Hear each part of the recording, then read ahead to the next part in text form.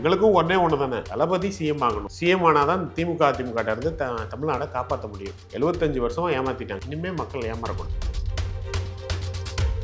தலைவரை நாங்க நேசிக்கிறோம். தலைவர் மேல நீங்க என்ன கருத்து வச்சாலும் தலைவரே ஒத்துக்கிறாரோ இல்லையோ அதை தோண்டி எடுத்துட்டு வந்து கொடுத்து நாங்க பார்த்துப்போம். தலைவருக்கு அரணா இருக்கும், சோசியல் மீடியாலையும் சரி, கிரவுண்ட்லையும் சரி. ஆதவராஜன் வந்து பிசிகால வெறும் 20 பேர் தான் இருக்கான்ற மாதிரி சொன்னார். பிசிகால வந்து இது விடுறதா இல்லை, தொடர்ச்சியா அட்டாக் நடந்துட்டே இருக்கு. இல்ல, ஆதவ் பேசினது என்னவோ நீங்க சொன்ன வார்த்தையை தான் பேசினாரு. நான் இதை தான் பேச வந்தேன், இது இப்படி கன்வே ஆயிடுச்சு அப்படிங்கிறதையும் சொல்லிட்டாரு. அந்த நிகழ்ச்சியை பொறுத்தவரை அது அவ்வளவுதான். அதை நீங்க தூக்கி சுமக்கணும்னா சுமந்துக்கோங்க. நாங்க சொல்றதே அதானே. நாங்க கொடுக்கறது எல்லாமே வித் ப்ரூஃப் இல்லாம எதுவும் பண்றது. திமுக சுத்தமான கட்சி, அப்பழுக்கற்ற கட்சி. ₹1 கூட லஞ்சம் வாங்கினது இல்லை. சொன்னா நீங்க நம்புவீங்களா? நம்ப மாட்டேன். எவனும் நம்ப மாட்டான். இப்போ ஓட்டு வேணும். அவங்களுடைய நம்பிக்கை என்னவா இருந்தது அப்படின்னா, என்டிஏக்குள்ள அவர் வந்துருவாரு. அவங்களுடைய நம்பிக்கை எப்படின்னா, பிஜேபி அதை பார்த்துக்கணும், அமித்ஷா செஞ்சு முடிச்சிருவாரு, அவரால் முடியாது எதுவுமே கிடையாது. தைரியம் இருந்தா ஸ்டாலினை சொல்ல சொல்லுங்க, எடப்பாடியை சொல்ல சொல்லுங்க, மோடியை சொல்ல சொல்லுங்க. நான் ஊழல் பண்ண மாட்டேன், என்னை சுற்றி உள்ளவர்களும் பண்ண விட மாட்டேன் சொல்ல சொல்லுங்க பாப்போம். சின்ன பசங்கள்லாம் அரசியல் பேசுறாங்க. லேடிஸ் வந்து, தம்பி இவங்க என்ன வேணாலும் கொடுக்கட்டும்பா, சாமானியனோடு பயத்தோட கலந்த சாமானியன் சொல்றேன். அவங்ககிட்ட எல்லாம் ஒன்றும் சொல்ல மாட்டேன். ஓட்டு எங்க வீட்டுல 6 ஓட்டு, 6 ஓட்டும் தளபதி விஜயநாத் தான். இதுக்கு மேல என்ன வேணும்? கான்பிடென்டா இருங்க, நல்லதே நடக்கும், வெற்றி நிச்சயம்.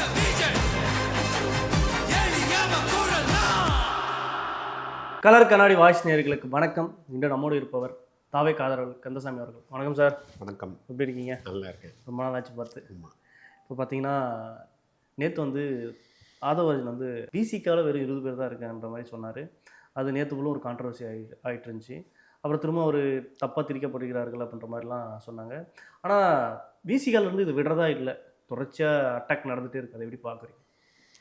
இல்லை, ஆதவ் பேசினது என்னவோ நீங்கள் சொன்ன வார்த்தையை தான் பேசினார்.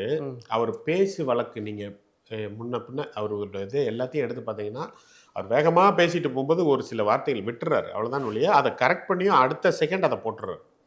அந்த நான் இதை தான் பேச வந்தேன், இது இப்படி கன்வே ஆயிடுச்சு அப்படிங்கிறதையும் சொல்லிட்டார். அந்த நிகழ்ச்சியை பொறுத்தவரை அது அவ்வளோதான். அதை நீங்கள் தூக்கி சுமக்கணும்னா சுமந்துக்கோங்க. நாங்கள் அங்கே இறக்கி வச்சிட்டோம். ஏன்னா எங்கள் நோக்கம் அது கிடையாது இல்லையா. நோக்கம் அதுவாக இருந்தால் அதை நம்ம திருப்பி திருப்பி பேசிக்கிட்டே இருக்கலாம். எங்கள் நோக்கம் விடுதலை சிறுத்தையில் 20 தான் இருக்குது அப்படின்னு சொல்கிறது கிடையாது. விடுதலை சிறுத்தையிலும் டாப் 20 பேர் திமுக கூட இருந்து இவ்வளோ இது பண்ணுறாங்க. அவர் சொல்ல வந்தது அவ்வளோதான். அது எனக்கு புரிஞ்சது. ஆனால் அவர் வார்த்தையை வந்து அந்த இடத்துல வேகமாக போகும்போது ஒரு சின்ன இதில் போயிடுச்சு. ஆனால் அதை ஒரு பத்திக்கு எழுதி கொடுத்துட்டாரு. இப்போ விடுதலை சிறுத்தைகள் அவங்க அடிச்சுக்கிட்டே இருக்காங்கன்னா, அவங்க திமுகவுக்கு தன்னுடைய இதை காட்டணும்ல, ப்ளஸ் விடுதலை சிறுத்தை அப்படிங்கிறதையும் காட்டணும்ல. அவர் தெளிவாக சொல்லிட்டாரு, உங்களை நான் அப்படி சொல்லலை, இப்படி தான் சொல்ல வந்தேன் அப்படின்னு.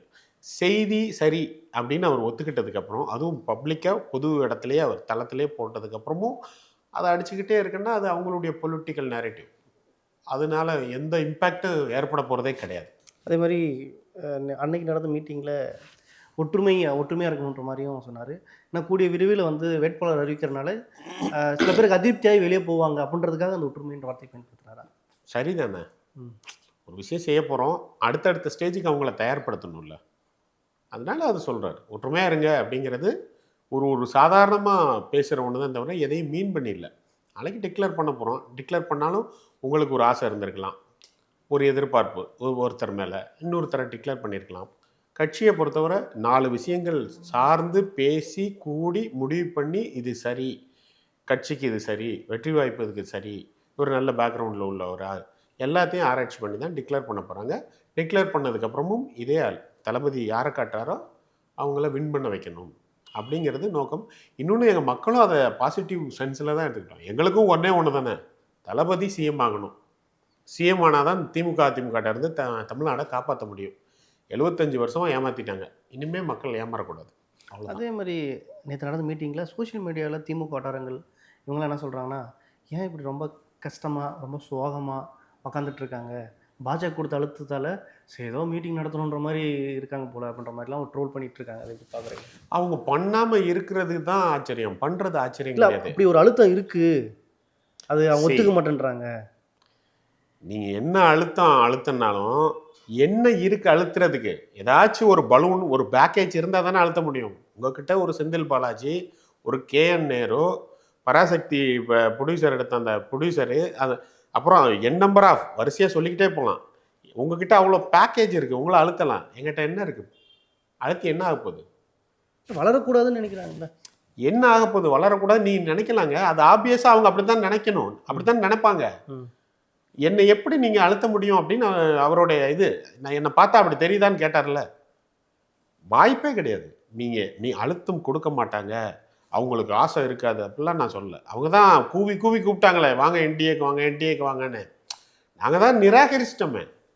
அவங்க திருப்பி திருப்பி திருப்பி கடைசி வரை கூப்பிட்டுக்கிட்டு தானே இருந்தாங்க. இப்போ சீச்சி அந்த பழம் புளிக்கும் அந்த ஸ்டேஜுக்கு போயிட்டாங்க. சரிங்களா? அழுத்தங்கிறது அவர்கள் கொடுக்குறதா நினச்சிக்கிட்டு அவங்க என்ன வேணாலும் செய்யலாம். அவங்களுடைய அந்த பவரை மிஸ்யூஸ் பண்ணுறாங்க, அதிலெல்லாம் வெளியிலேயே மக்களுக்கே தெரியுது.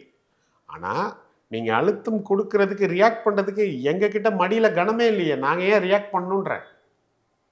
அதனால் அவர் தெளிவாக இருக்கார். அரசியல் எதிரி, அவர் கொள்கை எதிரி. தமிழ்நாட்டுக்கு ஊழல் கட்சியெல்லாம் வேண்டாம், நான் ஒரு பைசா ஊழல் பண்ண மாட்டேன், எனக்கு அது அவசியமும் கிடையாது, என்னை சார்ந்தவங்களையும் பண்ண விட மாட்டேன். அவர் ஒரு ஸ்டேஜ் ஒரு ரோடு போட்டு அதை நோக்கி போய்கிட்டே இருக்கும். 2026 திமுக மட்டுமே இலக்கு. இதை மாற்றி மாற்றி கூட பேசலை. ஆரம்பத்துலேருந்து ஒரே விஷயம்தான் சொல்கிறாரு. இன்னைக்கு வரை அதில் ஸ்டாண்டு கிளியராக இருக்கிறாரு. எங்ககிட்ட எந்த குழப்பமும் இல்லை, எந்த பேக்கேஜும் கிடையாது, யாரும் எங்களை அழுத்தவும் முடியாது. அழுத்தம்னா நீங்களா அழுத்திக்கோங்க, அவ்வளோதான். ஆனந்த் சார் சொன்னார், பொதுச்செயலாளர் ஆனந்த் 3லேருந்து 4 தொகுதி தான் நிற்க முடியும் அப்படின்ற மாதிரிலாம் சொன்னார். அதை டோல் இதை கூட தெரியாதா? அங்கே எல்லாரும் இருக்கிறாங்க. மக்களை உற்சாகப்படுத்துறதுக்கு 234 நின்னா கூட தளபதி ஜெயிப்பார். இல்லை, ஒரு தலைவர்ன்றது ஒரு டேட்டான்றது ரொம்ப முக்கியங்க. இல்லைங்க, ஒரு தொண்டை தவறாக பேசுறதுக்கும் ஒரு பொதுச்செயலாளர் பேசுறதுக்கும் நிறைய மாறுபாடு இருக்குங்க. அவர் நோக்கம் என்னன்னு பார்க்கணும். எல்லா விஷயத்துக்கும் நோக்கத்தோட சேர்ந்து பார்த்தீங்கன்னா உங்களுக்கு புரியும். எங்களுக்கு அந்த நோக்கம் புரியுது, எங்ககிட்ட கன்வே ஆகுது. எங்ககிட்ட ஆனந்த் அண்ணன் என்ன சொன்னார்? நம்ம தளபதி நின்னா எல்லாத்துலேயும் ஜெயிச்சிடலாம்ப்பா. இப்போ மு.க. ஸ்டாலினையோ இல்லை மற்ற தலைவர்களோ என்ன தவறாக பேசுனா நீங்கள் சுட்டி காட்ட மாட்டீங்களா? இது ட்ரோல் பண்ண மாட்டீங்களா? சுட்டி காட்டுறது அதே மாதிரி இவங்க நோக்கம் பார்க்க சொல்ல முடியுமா? சுட்டி காட்டுறது எங்கே பேசணும், யார்கிட்ட பேசணும்னு இருக்குல்ல. நீங்கள் ஃபஸ்ட்டு முறை இது ஒன்றியம், நகரம், வார்டு வரை உள்ள ஆட்களை எல்லாத்தையும் கூப்பிட்டு உட்கார வச்சு பேசுறது வெரி ஃபர்ஸ்ட் டைம். அப்போ அவங்களுக்கு எலெக்ஷன் பாயிண்ட் ஆஃப் வியூவில் தான் எல்லாமே இன்ஸ்ட்ரக்ஷன் போய்கிட்டு இருக்கு. நம்ம சின்னம் இது, நம்ம இதெல்லாம் எடுத்துகிட்டு போகணும், நம்ம ஒற்றுமையாக இருக்கணும், தளபதி கையை காட்டவும் ஜெயிக்க வைக்கணும், தளபதியே எல்லா இடத்துலையும் நின்னா கூட ஜெயிச்சிட முடியும், ஆனால் அப்படி பண்ண முடியாது ப்ராக்டிக்கலாக அப்படிங்கிறத தான் அவர் கன்வே பண்ண வந்தார். அதை தான் கன்வே பண்ணார். 3-4 தொகுதின்றது அது டேட்டாக்காக பேசலை. அது உற்சாகப்படுத்துறதுக்காக என்ன வேணா தகவல் சொல்லலாமா? தவறான தகவல்ங்கிறது யாரையாச்சும் பாதிச்சதா? தகவல் யாரையாச்சும் பாதிக்கிற மாதிரி ஒன்று சொன்னால் நீங்கள் சொல்கிறத நான் தொண்டர்கள் அதே நம்பி இருக்கலாம்ல, நம்பி கூட நீங்கள் அவங்க தளபதி எல்லா இடத்துலையும் நிற்க மாட்டான்னு எங்களுக்கே தெரியும்ல. அவர் கன்வே பண்ண வந்தது அது மட்டும் தானே. அவர் ஏதாச்சும் ஒரு தகவல், ஏதாச்சும் ஒரு ஹிஸ்ட்ரியில் நடந்ததை தப்பாக ஒன்று சொல்லி அது மற்ற இடத்துல அது பாதிச்சதா? அப்படிலாம் ஒன்றும் கிடையாது. அவர் உற்சாகப்படுத்துறதுக்கு எங்ககிட்ட சொன்னது, தளபதியே நிற்க முடியாது, தளபதி கை காட்டுவார், அவர் தான் நிற்க முடியும் அப்படிங்கிற கன்வே தான் அதில் நடந்ததே தவிர வேறு எதுவுமே இல்லை. அதே சமயம் அதிமுக அடிமைன்ற மாதிரிலாம் சொன்னார். அவங்க ஒரு அறிக்கை விட்டாங்க, நார்சிஸ்டிக் பர்சன், தலைவர் படத்தில் யார் நின்னது. அதே மாதிரி ஒட்டுமொத்த இதுவரையும் அதிமுக கரூர் விவகாரங்கள்லேருந்து எந்த விமர்சனம் பெருசாக வச்சிடல. ஆனால் இப்போ டைம் ஒரு டீமாக இறங்கி அடிக்கிற மாதிரி இருக்குது. எலெக்ஷன் வந்துருச்சுல, அவங்க பண்ணி தானே ஆகணும். இன்றைக்கி வர வாங்க வாங்க வாங்கன்னு கூப்பிட்டாங்க, நாங்கள் போகலை. இப்போ ஓட்டு வேணும். அவங்களுடைய நம்பிக்கை என்னவா இருந்தது அப்படின்னா என்டிஏக்குள்ளே அவர் வந்துடுவார். அவங்களுடைய நம்பிக்கை எப்படின்னா பிஜேபி அதை பார்த்துக்கணும், அமித்ஷா செஞ்சு முடிச்சிருவார், அவரால் முடியாது எதுவுமே கிடையாது, அதனால் நம்ம திட்ட வேண்டாம், எப்படினாலும் அவர் இங்கே தான் வரப்போகிறாரு அப்படிங்கிற நம்பிக்கையில், அவங்க மேலே உள்ள நம்பிக்கையிலையோ இல்லை விஜய் சார் வந்துடுவாருங்கிற நம்பிக்கையிலையோ கிடையாது. பிஜேபி மேலே உள்ள நம்பிக்கை அவங்களுக்கு, எப்படினாலும் நம்மளை ஜெயிக்க வச்சுருவாங்க. பீகாரில் என்ன நடந்தது பார்த்தீங்களா, அதே மாதிரி இங்கே நடக்கும். இதெல்லாம் எடப்பாடி அவர் மைண்டுக்குள்ளேயே வச்சுருக்கிறாரு. எடப்பாடி நம்ம முதலமைச்சரே ஆயிடுவோம், ஏன்னா பிஜேபி நம்ம கூட இருக்குது, அவங்க எல்லா ஓட்டையும் அவங்களே போட்டுருவாங்க, பீகார் மாதிரி நமக்கு வந்துடும் அப்படிங்கிற நம்பிக்கையில் இருந்தார். இவ்வளோ பிரச்சனை நடந்து சென்ட்ரல் கவர்மெண்ட் இவ்வளோ ப்ரெஷர் கொடுத்தும் இந்த ஆள் அசைஞ்சு கொடுக்க மாட்டேக்காரு, இனிமேல் வேலைக்கு ஆகாது, இனிமேல் எலெக்ஷன் பாயிண்ட் ஆஃப் வியூ போயிடலாம் அப்படிங்கிற ஸ்டாண்டே நேற்று தான் எடுத்திருக்காங்க. ஊழல்னு சொல்கிறீங்க, அதே சமயம் நிறைய உங்கள் கட்சிக்குள்ளே நிறைய பேர் ஜாயின் பண்ணுறாங்க. அவங்களாம் ஒரு ஊழல் குற்றச்சாட்டில் இருக்கிறவங்க உங்கள் கட்சிக்குள்ளே வரும்போது அது எப்படி புரிஞ்சிக்கிறது? அப்படின்னு எப்படி புரிஞ்சுக்க? நேர்மையான கட்சினும் போது நேர்மையான நாட்களில் தானே கூட்டம். ரைட். நீங்கள் கேட்குற கேள்வி கிடைக்கும். ஆனால் நீங்கள் அதை எப்படி பார்க்கணுன்னா, யார் ஆட்சி செய்ய போகிறாங்க, யார் நிர்வாக முடிவு எடுக்க போகிறாங்க. நாங்கள் வந்து 70,000 கோடி ஊழல் பண்ணிட்டாரு அப்படின்னு அந்த மும்பையில் துணை முதலமைச்சரை சொல்லிவிட்டு அவரை இங்கே கூட்டு வந்து மறுபடியும் துணை முதலமைச்சர் ஆக்கலை. முக்கியம் அதுதான்.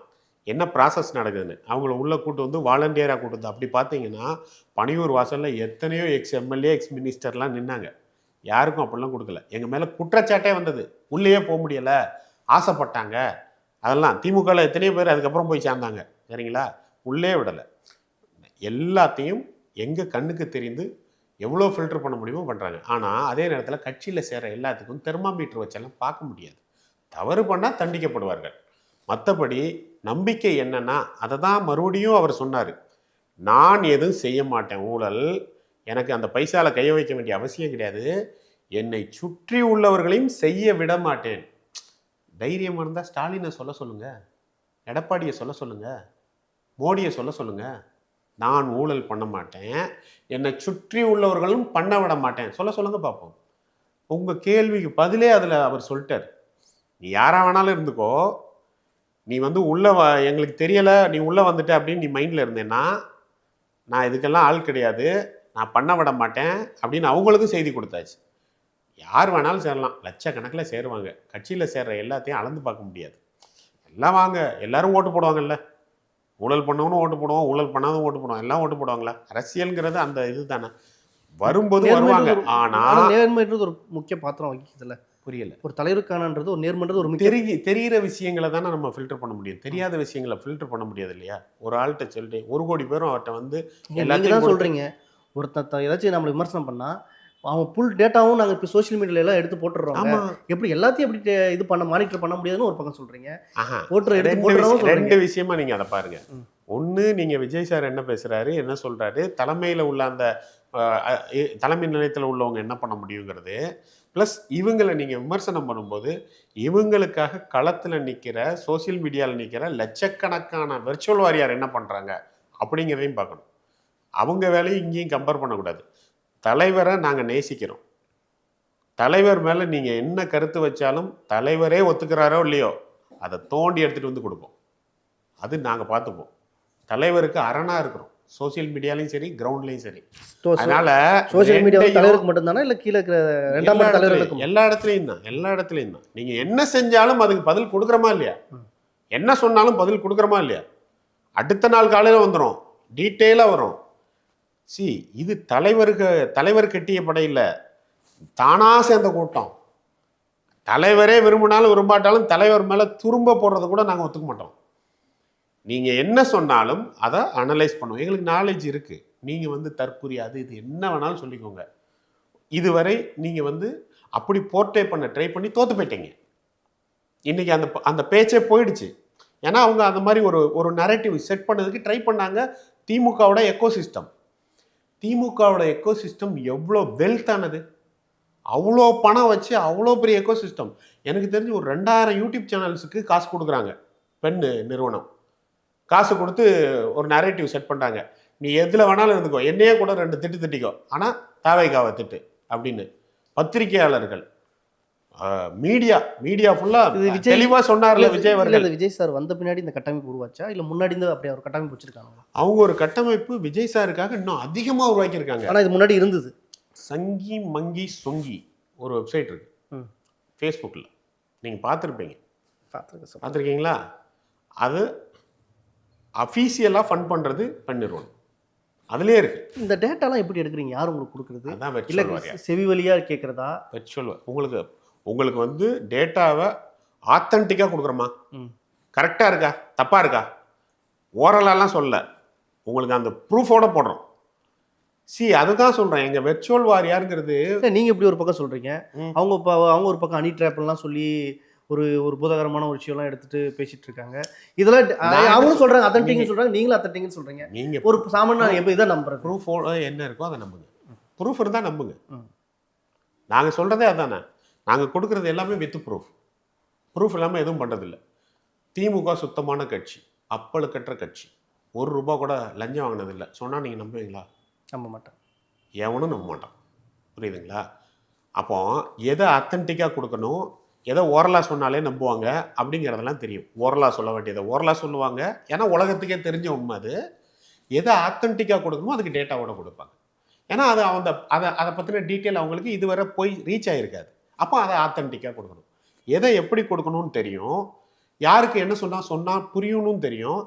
இதை மீறி உலகத்தில் உள்ள எல்லா கண்ட்ரிலையும் தளபதி மேலே உள்ள ஈர்ப்பில் ரசிகர்கள் இல்லை இன்னைக்கு தொண்டர்கள் இல்லை அவர் மேலே உள்ள எதிர்பார்ப்பு எல்லாத்தையும் சேர்ந்து லட்சக்கணக்கான பேர் இருக்காங்க. இன்னைக்கு ப்ராக்டிக்கலாக இதெல்லாம் புளிச்சு போன ஒரு உண்மை, எல்லாருக்கும் தெரிஞ்ச உண்மை. எல்லா கட்சிக்காரனும் இர்ரெஸ்பெக்டிவ் என்ன கட்சினாலும் எடுத்துக்கோங்க, எங்கள் அண்ணன் சீமானை வேணால் அதில் கொஞ்சம் ஒதுக்கி வைக்கலாம். அந்த ஒரு விஷயத்தில் அவன் கட்சிக்காரன் காசு கொடுத்தானா அந்த கட்சிக்கே கூட்டத்துக்கே வருவான். கட்சிக்காரன் இன்னைக்கு மதுராந்தகத்தில் நடந்ததுக்கு எங்கள் ஏரியாவிலேருந்து எனக்கு தெரியும் யார் சப்ளை பண்ணுவாங்கன்னு. 400 ரூபா 3 வேளை சாப்பாடு, அப் அண்ட் டவுன் அங்கேருந்து போனாங்க. அதே ஆட்கள் ஒரு 1.5 மாதத்துக்கு முன்னாடி திமுக சார்பாக ஒரு ஆர்ப்பாட்டத்துக்கு போனாங்க. உங்கள் கட்சியிலேருந்து அப்படி எதுவும் பண்ணதில்லை? 1 ரூபா கொடுக்க மாட்டாங்க. தளபதி இன்னைக்கு இந்த இடத்துல வர்றாரு அப்படின்னா நான் என்ன பண்ணுவேன்? அடிமட்டத்தில் இருக்கிற உறுப்பினர்களுக்கு எங்களுக்குன்னு ஒரு நிதி வரல, எதுவுமே வரல, சொந்த காசை போட்டுருக்கோம், அப்படி ஒரு புலம்பல்லாம் இருக்கிறதாவும் சொல்கிறாங்களே. எங்கேயும் எதுவும் இல்லை. இல்லை, நிஜமா இல்லை, எங்கேயும் இல்லை. இப்போ நான் என் ஏரியாவில் இருக்கேன், நான் தளபதியை நேசிக்கிறேன். எங்கள் வார்டில் எல்லா ஆட்களும் சேருவோம், நாங்களாக போடுவோம், நாங்களாக ஷேர் பண்ணிப்போம், நாங்களாக ஒரு வண்டியை பிடிப்போம், நாங்களாக போயிடுவோம். இங்கே யாருமே ஆர்கனைஸ் பண்ண வேண்டாம். சரி, தாவே கண்டது ஒரு ஸ்ட்ராட்டஜிக் பாலிடிக்ஸா, இல்லை மக்கள் பிரச்சனை பேசி தலைவர் ஆகணும், இல்லை ஒரு ஸ்ட்ராட்டஜியாக இந்த இடத்துல பேசணும், இந்த இடத்துல கருத்து சொல்லணும், இந்த இடத்துல கருத்து சொல்லலைன்னா ஓட்டு வராது, இந்த சாதி சனத்தை வச்சு பேசக்கூடாது அப்படின்ற மாதிரி பண்ணுற நீங்கள் சொன்ன ரெண்டுமே கிடையாது. சரி, ரோட்டில் நின்று இன்னைக்கு வர இந்த 4.5 வருஷம் 5 வருஷத்தில் போராடாத அரசு ஊழியர் சங்கங்கள் ஏதாச்சும் ஒன்று சொல்லுங்கள். இது நர்ஸு போராடி இருக்காங்க, செவிலியர் போராட்டம், போக்குவரத்து தொழிலாளர்கள், அப்புறம் துப்புரவு தொழிலாளர்கள், எல்லா ஆசிரியர்கள், டாக்டர் எல்லாம் போராடி இருக்காங்க. எல்லாரும் போராடி. நீங்க எந்த மாதிரி பாலிடிக்ஸ்? ஒரு நிமிஷம், நான் தான் சொல்றேன். நீங்க கேட்ட கேள்விக்கு நான் பதில் சொன்னல. போராடாத துறையே கிடையாது. இவங்க போராடினது அப்புறம் வந்து தமிழ்நாட்டில் நடந்த பல்வேறு தவறுகளுக்கு அறிக்கை விடாத ஆட்களும் கிடையாது. என்ன மாற்றம் எங்க நடந்தது? ஜனநாயக கடமையான கேட்டா கடமை. அதுல எனக்கு அரசு நெருக்கடி வருதா இல்லையா? ஜனநாயக போராட்டம் இல்ல, நான் என்ன கேக்குறேன், நான் சொல்றேன், என்ன முழுசா சொல்ல விடுங்க. பாதியில நீங்க கேட்டா இதுக்கு முழுசா கன்வே ஆகாது. நீங்க ஒரு क्वेश्चन என்கிட்ட இல்ல இது ஜனநாயக கடமையான்னு கேட்டா கடமை, அதுல எனக்கு மாற்றம் கிடையாது. ஆனா என்ன ரிசல்ட் வருது? அப்போ மக்கள் இந்த இடத்துல ஏமாற்றப்படுகிறார்கள். 100 நாள் வேலைவாய்ப்பு திட்டத்துல பிஜேபி பண்ற அரசியலும் எங்களுக்கு தெரியுது, திமுக செய்யற அரசியலும் எனக்கு தெரியுது. ஆனா இவங்க 2 பேர் சேர்ந்து மக்களையும் ஏமாத்துறாங்க. அப்போ இந்த இடத்துல தீர்வு கொடுக்க வேண்டிய இடத்துல ஒருத்தர் இருக்காரு. அப்ப தீர்வு அரசியலை நோக்கி போறோம் நாங்க. நீங்க என்ன தீர்வு? நாங்க மாற்று அரசியல் நோக்கி. நீங்க என்ன தீர்வு கொடுத்துருக்கீங்க? தீர்வு எல்லாமே கொடுப்போம். கொடுங்க. போராடும் போது கொடுக்குற தீர்வா? யாரு கொடுக்க முடியும்? நீங்க தானே சொல்லுங்க, தீர்வு அரசியல் நோக்கி நகர்ந்து கொண்டு இருக்கிற போது எந்த பிரச்சனைக்கு என்ன தீர்வு சொல்லியிருக்கீங்க சொல்லுங்க. தீர்வு அரசியல் நோக்கி நகரணும்னா நாங்க வந்து ஆட்சியில உட்காரணும். ஆட்சி அதிகாரத்துல தீர்வு சொல்லக்கூடாது. எப்படி சொல்ல முடியும்? எப்படி செய்ய முடியும்? அவருக்கு வேலை கொண்டு தான் கொடுத்துருவீங்களா? நாங்க ரோட்ல நின்று போராடினோம் எஸ்ஆரை எதிர்த்து. எஸ்ஆரை நிப்பாட்டீங்களா? நீங்க வந்து அந்த மலம் கலந்த தண்ணீரை குடிக்க வச்சீங்களே, மக்களுக்கு மலம் கலந்த கண்ணீரை குடிக்க வச்சீங்களே, ஆட்சியில உட்காந்துருக்கீங்களே, தீர்வு கொடுத்துட்டீங்களா? மக்களுக்கு அப்பதாங்க நம்பிக்கை வரும். நீங்க முன்னாடி ஒரு தீர்வு அரசு சொன்னாதான், ஓ இவர் தீர்வு சொல்றாரு, அப்புறம் இவருக்கு நம்ம ஓட்டு போடலாம் அப்படின்னு ஒரு நம்பிக்கை வருங்க. நம்பிக்கை மக்கள்கிட்ட இருக்கு. நீங்களா கட்டமைக்கலாம் வேண்டாம். தமிழக மக்கள் ரொம்ப தெளிவா இருக்கிறாங்க. முக்கியமா 2K ஜென்சி கேட்டு வர்ச்சுவல் வாரியர் லேடிஸு எல்லாம் ரொம்ப தெளிவா. 1000 ரூபா குடிக்கா கொடு, பஸ்ஸு ஃப்ரீயாக குடிக்கா கொடு, ஏன் ஃப்ளைட்டு, ஏரோப்ளைனு, ஹெலிகாப்டர் எல்லாமே ஃப்ரீயாக கொடு. ஓட்டு எங்கள் அண்ணனுக்கு தான், விஜய் அண்ணனுக்கு தான். நீ எதை கொடுத்தாலும் வாங்கிப்போம். இன்னைக்கு கூட திமுக யாரெல்லாம் வந்து எம்எல்ஏ சீட்டு கிடைக்க போகுது, அமைச்சர்கள் எம்எல்ஏக்கள் யாரெல்லாம் அவங்களுக்கே தெரியும்ல, அவங்கெல்லாம் அவங்க தொகுதியில் சீர் செய்கிற மாதிரி செஞ்சுக்கிட்டு இருக்காங்க. எங்கேருந்து அந்த பணம்லாம் வந்தது மக்களுக்கு தெரியாதா? எல்லா இடத்துலையும் அன்பில் மகேஷ் வந்து ஒரு இடத்துல வந்து பைக்கு கொடுக்குறாரு, அவங்க கட்சிக்காரங்களுக்கு என்ன வேணாலும் இருக்கட்டும், மக்களுக்கும் கொடுக்குறாங்க. செந்தில் பாலாஜிலாம் அள்ளி செலவு பண்ணிக்கிட்டு இருக்காரு இப்போவா? ஆமாம், ஒன்றும் இல்லைங்க. இப்போ மகளிர் மாநாடு நடந்தது. ஒரு ஆளுக்கு ஆவரேஜாக எல்லா செலவும் சேர்த்து 10,000 ரூபாய் செலவு பண்ணியிருக்காங்க. எப்படி மக்கள் பார்த்துக்கிட்டு தானே இருக்காங்க, அங்கே வர்றது எல்லாமே தெரியும். நான் என்ன சொல்கிறேன் அப்படின்னா, இவங்க எல்லார்ட்டையும் நான் கேட்கக்கூடிய கேள்வி பதில் எனக்கு தெரில, அவங்க தான் சொல்லணும். உங்களுக்கே இது ஏமாற்றமா, உங்களையே நீங்கள் ஏமாத்துற மாதிரி தெரியலையா? தளபதி ஒரு சைடு மக்கள்கிட்ட கோரிக்கை வைக்கிறீங்க. இல்லை அந்த அரசியல்வாதிகிட்ட கேட்குறேன். அவங்களே அவங்க ஏமாத்திக்கிட்டு இருக்காங்க. காசை கொடுத்து ஆளை கூட்டு வந்து அவங்க எப்படி ஓட்டா மாறும்? எங்களுக்கு வந்து தானா சேர்ற கூட்டத்துக்கே உங்களுக்கு அந்த கேள்வி வருது. நீ வந்து காசு கொடுத்து கூப்பிட்ற, அவன் அந்த 400 ரூபாய்க்கு தான் வேலை செய்யணும், அந்த 1000 ரூபாய்க்கு தான் வேலை செய்யணும். அங்கே வந்து வேலை செய்யணும், வாரான் உட்காந்துருக்கான், கோடு கையில் வச்சுக்கணும், அந்த கலர் துணியை ட்ரெஸ்ஸை போட்டுக்கணும், அவ்வளோதான் பண்ணுறாங்க. ஏன் இப்படி ஏமாந்துக்கிட்டு இருக்கீங்க? நீங்களே செல்ஃப் ஏமாற்றம் அது எல்லாமே. நீங்கள் யாரை ஏமாற்ற ட்ரை பண்ணீங்க? மக்கள் வந்து அந்த கூட்டத்தை பார்த்தோன்னே ஆஹா எவ்வளோ வந்துச்சு அப்படின்னு நினைக்க போகிறாங்களா? இல்லை நீங்கள் கொடுத்துருக்க ஒன்றுத்தையும் தனித்தனியாக எடுத்து வச்சு ரீல்ஸ் போட்டுக்கிட்டு இருக்காங்களே, அதை பார்த்து அவனுக்கு புரிதல் வராதுன்னு நினைக்கிங்களா? நீங்கள் யாரை நீங்கள் எங்களை தற்குறின்னு சொல்லிட்டு நீங்கள் யாரை தற்குறியாக்க ட்ரை பண்ணிக்கிட்டு இருக்கீங்க? யாரை தற்குறியாக்க ட்ரை பண்ணிக்கிட்டு இருக்கீங்க? உங்களுடைய அரசியல் வேஷம், அரசியல் நாடகம், அரசியலில் செலவு பண்ணுறது, நீங்கள் எப்படி அரசியல் பண்ணுறீங்க இதெல்லாம் மக்களுக்கு தெரிஞ்சிருச்சு. இனிமேல் நீங்கள் திட்டங்களை சொல்லியும் நீங்கள் வந்து மக்களை ஏமாற்ற முடியாது, பரிசு பொருட்கள் பணம் கொடுத்து ஏமாற்ற முடியாது. அவங்க வந்து நான் நிறைய பேர்கிட்ட பேசுவேன். இப்போ சின்ன பசங்கள்லாம் அரசியல் பேசுகிறாங்க. லேடிஸ் வந்து தம்பி இவங்க என்ன வேணாலும் கொடுக்கட்டும்பா, நம்ம இந்த லோக்கலில் அவன் கட்சிக்காரன் இருக்கான், அவன் மிரட்டுவான், நான் சும்மா இருப்பேன். அதாவது சாமானியனோடு பயத்தோடு கலந்த சாமானியன் சொல்கிறது. நான் அவங்ககிட்ட எல்லாம் ஒன்றும் சொல்ல மாட்டேன். ஓட்டு எங்கள் வீட்டில் 6 ஓட்டு இருக்குது, 6 ஓட்டும் தளபதிக்கு தான், விஜயண்ணாக்கு தான். பெண்கள் வந்து அவங்க வீட்டில் எல்லாரையும் சொல்கிறாங்க, நீங்கள் போய் விஜயண்ணாக்கு ஓட்டு போடுங்கன்னு. குழந்தைங்க அவங்க பேரண்ட்ஸ்டையும் அவங்க கிராண்ட் பேரண்ட்ஸ்டையும் சொல்கிறாங்க. ஒவ்வொரு கட்சிக்காரன் அமைச்சர்கள் எல்லாம் பதப்பதப்பத்தில் உட்காந்துருக்கான் இப்போ. ஏன்னா அவங்க கட்சியில் உள்ள ஆட்களோட ஓட்டே அவனுக்கு கிடைக்காது. திமுகவுக்கு எந்த பூத்துலையுமே 10 பேர் கூட கிடையாது. ஆக்சுவலாக நீங்கள் ஒரு கட்சிக்கு ஒரு பூத்தில் 10 பேர் ஒரு குடும்பமாக இருக்காங்க அப்படின்னு பார்த்தா தாவேகாக்கு மட்டும்தான் இருக்காங்க, 10 பேருக்கு அதிகமாகவே இருக்காங்க. திமுக காசு கொடுத்து அந்த வார்டில் ஒர்க் பண்ணுறாங்க, காசு கொடுத்து அந்த பூத்தில் ஒர்க் பண்ணுறாங்க. எலெக்ஷன் ஒர்க்கே அவங்க கட்சிக்காரன் தானே, அவன் இறங்கி வரணும், இல்லை வரமாட்டான். காசு கொடுத்தாதான். நீ பூத்தில் உட்காரியா, அந்த உனக்கு 5000 ரூபா வாரம் வாரம் ஒரு காசு. வீட்டுக்கு போறியா, காலையில் 9 மணிக்கு ஆன் டியூட்டி மாதிரி தான். காலையில் வந்து கூலிக்கு வேலைக்கு போவாங்கல்ல, கூலிக்கு வேலைக்கு போகிற மாதிரி தான் திமுகட்டையும் அதிமுகட்டையும் வேலைக்கு தான் ஆள் போகிறாங்க. சரி, இப்படி ஒரு பக்கம் இறுதியான ஒரே கேள்வி, எத்தனை சீட் ஜெயிப்பீங்க? கண்டிப்பாக ஆளுங்கட்சி.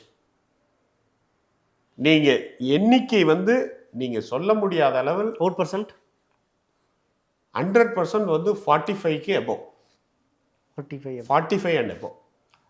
நிறைய தகவலை பகிர்ந்துட்டு மற்றொரு பதிவு செஞ்சு